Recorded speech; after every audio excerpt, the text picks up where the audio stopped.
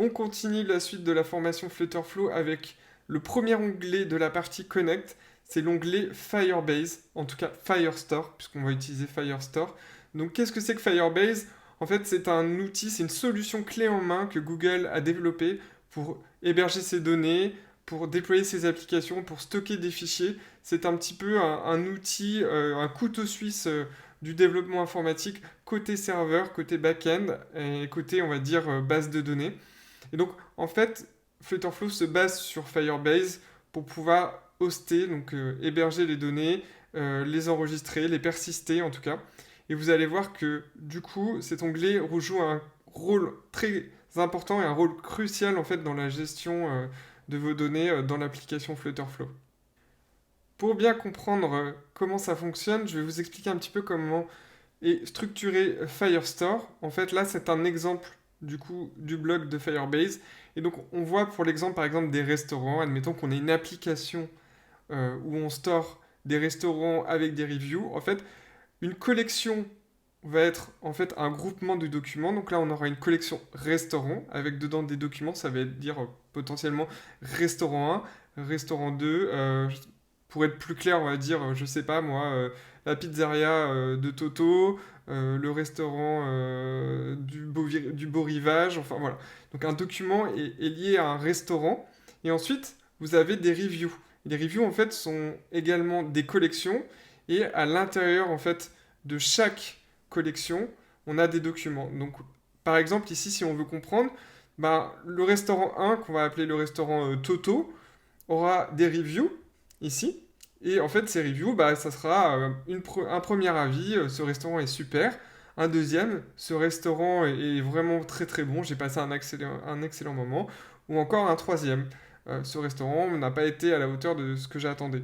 Donc en fait, vous avez des documents. Et c'est très important de comprendre qu'il y a des collections et des documents. Les collections, c'est un peu l'entité mère, et le document, c'est l'enfant, c'est-à-dire ce qu'il y a à l'intérieur, la donnée réelle. Maintenant qu'on a vu qu'est-ce qu'était une collection et un document, vous allez pouvoir rentrer un petit peu plus dans le détail, c'est-à-dire qu'ici, on a une collection user. Ça, c'est ma collection. Je peux ajouter une nouvelle collection ici. Donc, par exemple, s'il y avait mes restaurants, si c'était une application sur les restaurants et pour les reviews, je ferais du coup une collection restaurant et une collection review. Ici, je ne vais pas le faire. Je voulais juste vous expliquer à partir d'une collection user. Donc là, ce seront du coup tous mes utilisateurs qui seront enregistrés dans mon application se retrouveront dans cette collection user. Et donc, un document sera caractérisé par des données.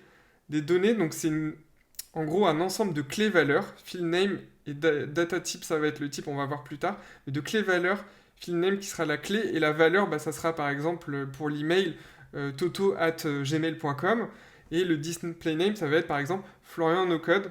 Donc on a vraiment ce système de clés-valeurs qui est très important à comprendre, parce que c'est comme ça qu'on va pouvoir requêter des informations sur notre application et les afficher. Donc là, on a les field names qui sont les clés qui seront dans mon document. Et on a les data types ici. Les data types, en fait, ça va être le type de mon élément. C'est-à-dire que, par exemple, moi, quand je veux valider, par exemple, mon champ email quand la personne s'inscrit, bah, je veux que ça soit un type string. Pourquoi? Parce que si c'est un nombre, ça veut dire qu'à la place de l'email, la personne pourra mettre un nombre. Moi, ce que je veux, c'est si, pour faire fonctionner ma validation sur mon champ, c'est-à-dire, par exemple, dire ce champ doit être un email de type texte et non de type nombre, et ben j'ai besoin de lui donner un type. C'est vraiment lui associer vraiment une qualité, pas forcément une qualité, mais une nature. Et ça va être la nature, ça va être string. Donc il y a plusieurs types de data, des data types, il y en a plusieurs. Je vous expliquerai dans une prochaine vidéo quels sont les types de data qu'on peut avoir. Mais là, vous avez déjà une bonne, on va dire, une bonne représentation. Les strings, on va vraiment beaucoup les utiliser. Datetime aussi pour les dates. Mais on peut avoir des nombres, on peut avoir des tableaux, on peut avoir plein d'éléments différents. Et c'est ça, c'est lié un petit peu à la programmation informatique. Mais c'est très important de le savoir puisque ça va vous permettre de faire, de travailler sur vos données dans votre application. Pour l'instant, c'est peut-être pas forcément très clair pour vous, mais ça va le devenir plus on va détailler, on va rentrer un peu dans la construction de l'application. Nous avons un deuxième onglet sur Firebase ici qui est l'onglet un peu de gestion des paramètres.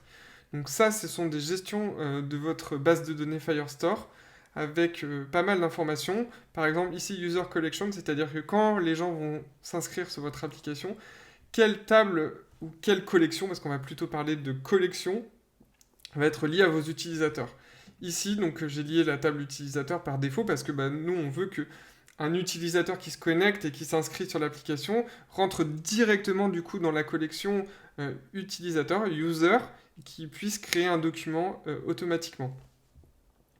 Ici, on reviendra plus tard sur ces informations de validation, de delete, de rule, qui sont importantes également pour la protection de votre base de données, pour pas pouvoir faire n'importe quoi, pour pas qu'un utilisateur puisse supprimer des données d'un autre utilisateur.